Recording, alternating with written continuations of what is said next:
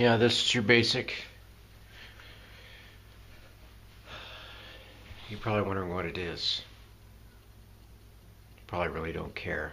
You're wondering if the guy's even going to talk about what he listed on what he uploaded it to YouTube. Because they lie, and it has nothing to do. Well, it's basically about medical care in America. My background, a little bit about myself. I won't go into it too much, but basically I worked for 20 solid years as a union worker, and I worked in the most dangerous job that there is in the world. I did that for 20 years of my life. And some people got maimed, some people got crippled, and some people died that I worked with.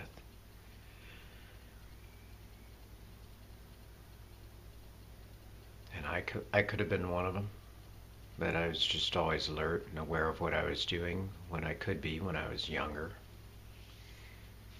And then I worked at some other jobs, a bunch of different jobs before that, but I stayed at that one because it paid really good money. And so anyways,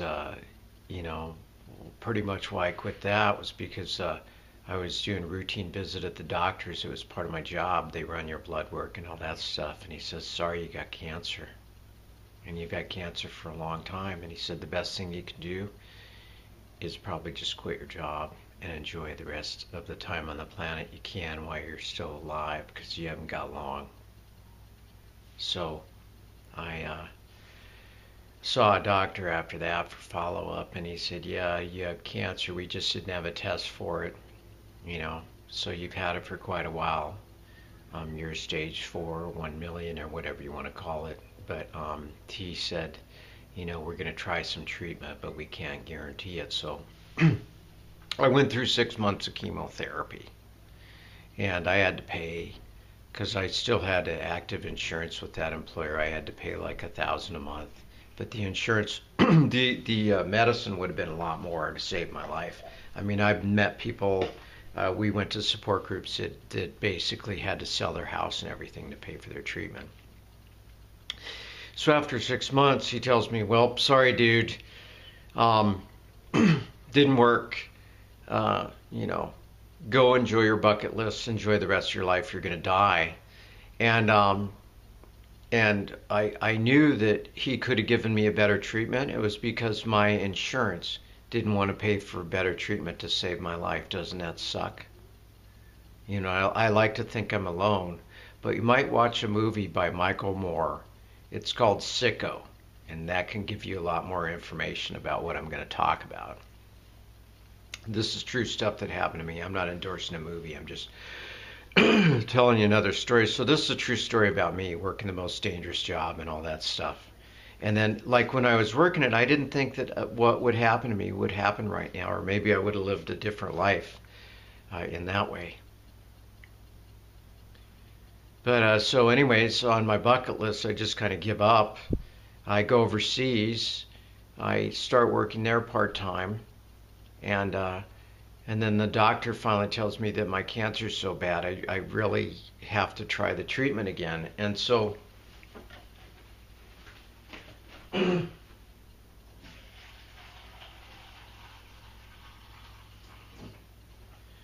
so I get the best treatment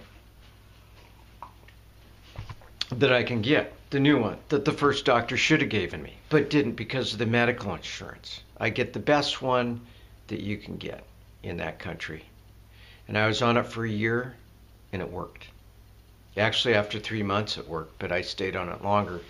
And he said that he didn't know how I lived as long as I did with as much cancer as I had in my system as I did. I had more cancer cells than I had regular cells of anything. I had more cancer cells than I had red blood cells or white blood cells or T cells or whatever.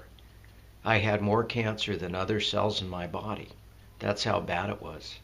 He said he'd never seen anybody with that much cancer that was still alive.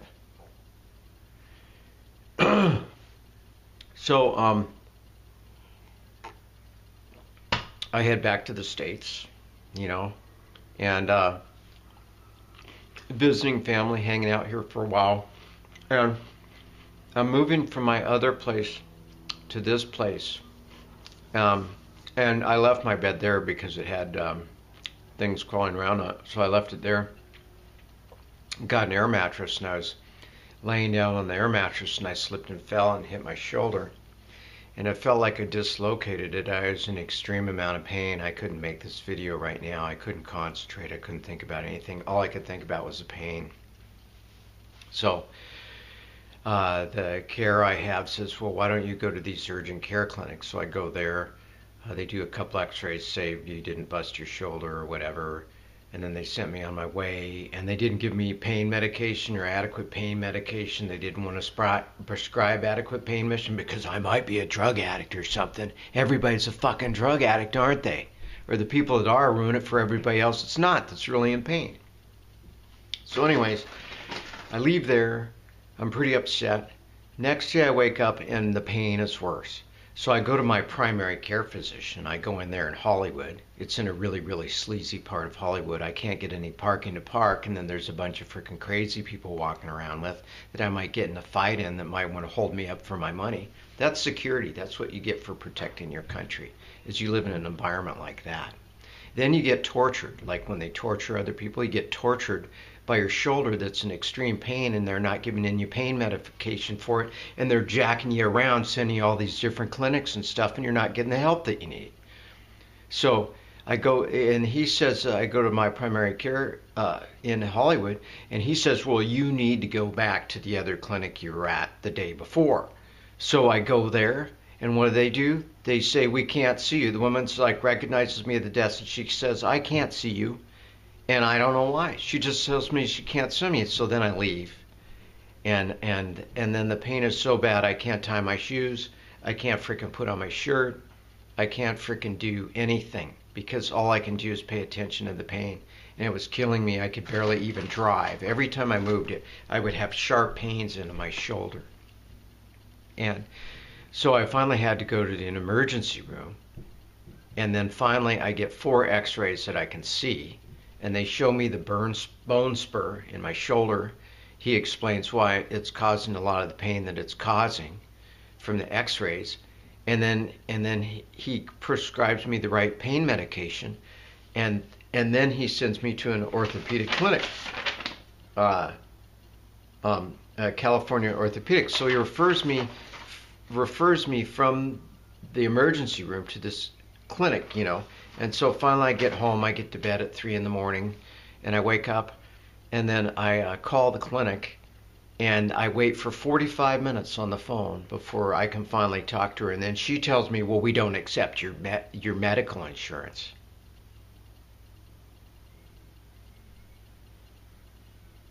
So what do? A physician in the emergency room refers you to follow-up, and they say that you can't frickin' do insurance. So then I've been on the phone. This is day 5. I'm not in pain anymore, thank God, like I was before, because I'm on the pain medication, as you can see. But it's 5 days, and I haven't gotten the right physical therapist. And I've called other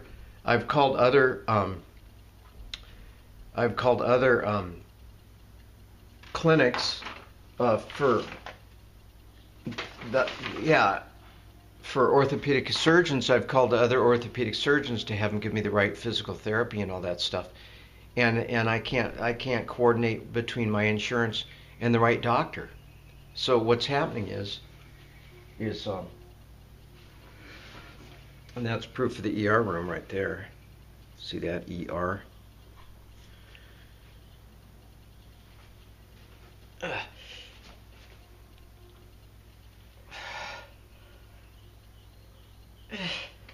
See, I couldn't even do that yesterday. That's what you get for working the most dangerous job there is, the light at the tunnel, the end of the rainbow when you get older and you need medical help. You got to play games. You got to play doctor. You got to play insurance agent. You got insurance doctors playing insurance agent.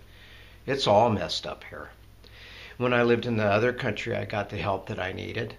I got my year of chemo and I got rid of the cancer. If I would have stayed here, I would have died. And I'm really seriously thinking of leaving again. This is like my last straw. I almost want nothing to do with this fucking country anymore after this fucking bullshit. I mean, what's the difference between doing something and having them terrorize you and freaking waterboard you and all that stuff, and the difference between being tortured by my shoulder to where I can't even think straight, get the pain taken care of, and get the adequate medical care to have the problem taken care of?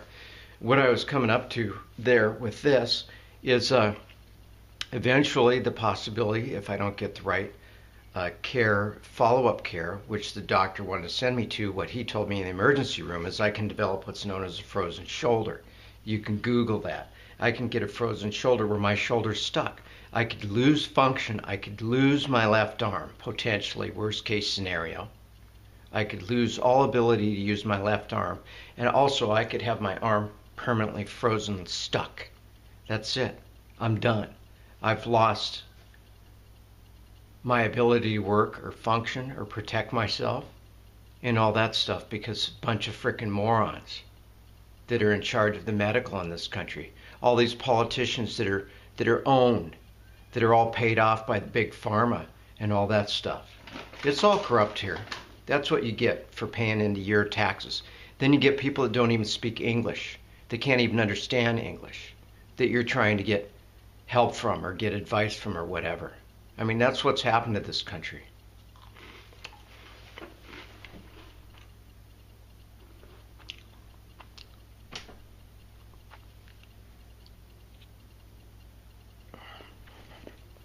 Yeah.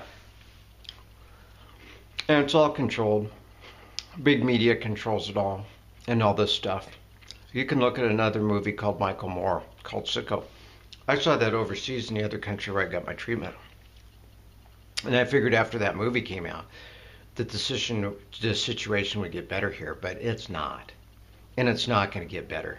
There's no going to be national social health program or anything like that. They tried Obamacare and all that stuff, but you're going to work your ass off. You're going to pay taxes, and you're going to have other people invade your country. They're going to take your Social Security away. You're not going to have any Social Security more, and they're going to take all your medical away. That's what's going to happen. That's the future of the U.S. You know, if I would have been born in any other country, or I should say adopted, that's another story. If I would have been adopted in another country or whatever, and I put in all those years of hard work, the most dangerous job in the country, I'd be well taken care of. I'd have an excellent retirement, and I wouldn't have frickin' medical problems, you know, in probably 80% of the civilized countries in the world. I mean, you can just, yeah, it's terrible here. And it makes me not even want to live here anymore. It makes me want to leave. So I can't get my other union retirement till I'm 65. I'll probably never make that. I mean, odds are if I've had terminal cancer. And when they tell you here you're cured means 5 years. If you live up to 5 years after cancer, that means you're cured. On your 6th year, you drop dead as a doornail. You're still cured because you lived 5 years. So